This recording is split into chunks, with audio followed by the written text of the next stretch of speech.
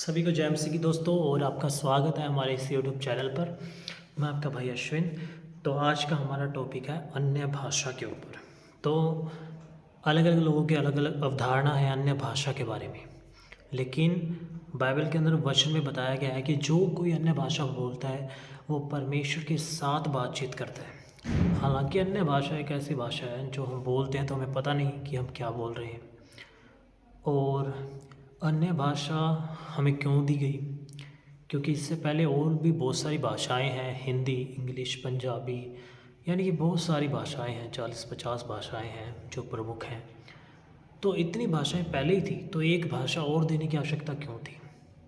तो दोस्तों मैं आपको ये बताना चाहूँगा कि जो हमारी लैंग्वेज है उसके पीछे भी बाइबल का वचन एक भेद बताता है। जितनी भी भाषाएं हैं जो पृथ्वी के ऊपर रहते हैं मनुष्य बोलते हैं, अलग अलग राज्यों में, अलग अलग देशों में, वो भाषाएं हमें लगता है कि वो भाषाएं परमेश्वर ने हमें दी है, लेकिन असलियत में वो भाषाओं का जो आना है, जो आगमन है हमारे जीवन के अंदर, वो किस कारण से हुआ ये जानना हमारे लिए ज़रूरी है।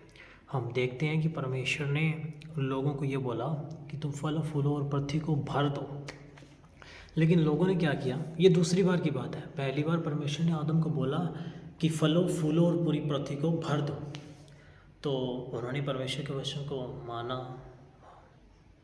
हालांकि उनसे फिर पाप हो गया, लेकिन जब दूसरी बार लोगों को परमेश्वर ने बोला तो लोगों ने क्या किया? एक खाली मैदान देखा, उस मैदान में जाकर उन्होंने क्या किया? उन्होंने गुम्बद बनाना शुरू कर दिया, एक बिल्डिंग बनानी शुरू कर दी ऊंची।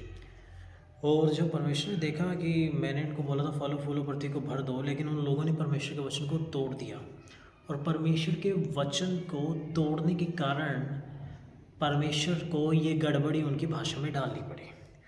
तो ये वचन हमें साफ साफ ये बात बताता है कि जो भाषाएं पूरे वर्ल्ड के अंदर चल रही हैं वो भाषाएं पाप के कारण से आई हुई हैं। इन भाषाओं का आने का कारण जो था वो पाप है, और परमेश्वर ने हमें कोई भाषा नहीं दी है। परमेश्वर जब ये भाषा की गड़बड़ी आई, जब परमेश्वर को पता लगा कि हाँ भाषा की गड़बड़ी की भाषा में अब सारे लोग जी रहे, तो परमेश्वर ने चाहा कि क्यों ना मैं अपनी ओर से इन्हें भाषा दूँ। तो जो परमेश्वर की ओर से भाषा आई, वो दूसरी बार जो भाषा आई वो कौन सी आई? वो पैंतीकोस्त के दिन जो चेलों के ऊपर अन्य भाषा उतरी, पवित्र आत्मा उतरा, तब उन्होंने जो अन्य भाषा बोली वो असलियत में परमेश्वर की दी हुई भाषा है। वो परमेश्वर की ओर से अनुग्रह के द्वारा दी गई भाषा है।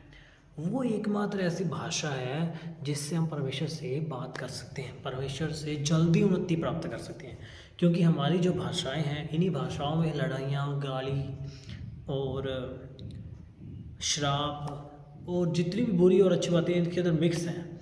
लेकिन बाइबल ये बोलती है कि जो अन्य भाषा है वो परमेश्वर के साथ डायरेक्ट टॉक करता है, बंदा डायरेक्ट बात करता है, और उसके अंदर कोई भी मिलावट नहीं, उसके अंदर कोई गाली नहीं है। क्योंकि अन्य भाषा एक ऐसी भाषा है कि किसी को पता ही नहीं उसके बारे में, बोलने वाला स्वयं नहीं जानता, बल्कि आपका आत्मा परमेश्वर की आत्मा के साथ बात कर रहा है और आप उन्नति करते जा रहे हैं। तो परमेश्वर ने एक जरिया बनाया परमेश्वर के साथ बात करने का, क्योंकि परमेश्वर जानता था कि जो पहले की भाषाएं हैं वो चाहे आई कहीं से हों, लेकिन उनका आने का कारण मनुष्य का पाप था। लेकिन ये जो भाषा है ये आई कैसे? इसके आने का कारण परमेश्वर के वचन की आज्ञाकारिता है। क्योंकि यीशु मसीह ने ये कहा कि जब तक तुम पर पवित्र आत्मा ना उतरे तुम एक ही जगह पर ठहरे रहना, कहीं मत जाना। उन्होंने आज्ञाकारिता की और लोग एक ही छत के नीचे बैठे हुए प्रार्थना कर रहे थे, एक मन होकर प्रार्थना कर रहे थे। वो एक मन होकर गुम्बद बना रहे थे, ठीक है। वहाँ से पाप से इतनी भाषाओं में गड़बड़ी आई, यहाँ पर एक मन होकर और वचन को फॉलो करके यीशु मसीह के यहाँ पे क्या आई? पवित्र आत्मा की जो स्वर्गीय भाषा है वो आई। वहाँ पर परमेश्वर से दूर हो गए लोग अन्य भाषाओं, जितनी भाषाएं थी उनके कारण, और यहाँ पर अन्य भाषा के कारण परमेश्वर से जुड़ रहे हैं लोग। तो ये है हमारी हिंदी, इंग्लिश, पंजाबी भाषाओं की सच्चाई। रियलिटी ये है कि पौलुस ने जो सेवकाई की है, पौलुस बोलता है मैं सबसे ज़्यादा अन्य भाषा बोल रहा हूँ। इसलिए आपसे रिक्वेस्ट करता हूँ ज़्यादा से ज़्यादा अन्य भाषा बोलें, प्रेयर करें, अन्य भाषा के लिए मना मत करें। तो आप इस वचन को शेयर करें, हमारे चैनल को सब्सक्राइब कर लें। आगे और भी बहुत से पवित्र आत्मा की ओर से छोटे छोटे परंतु प्रमुख वचनों के ऊपर हम आपके साथ अपने विचार साझे करते रहेंगे। धन्यवाद। जय मसीह।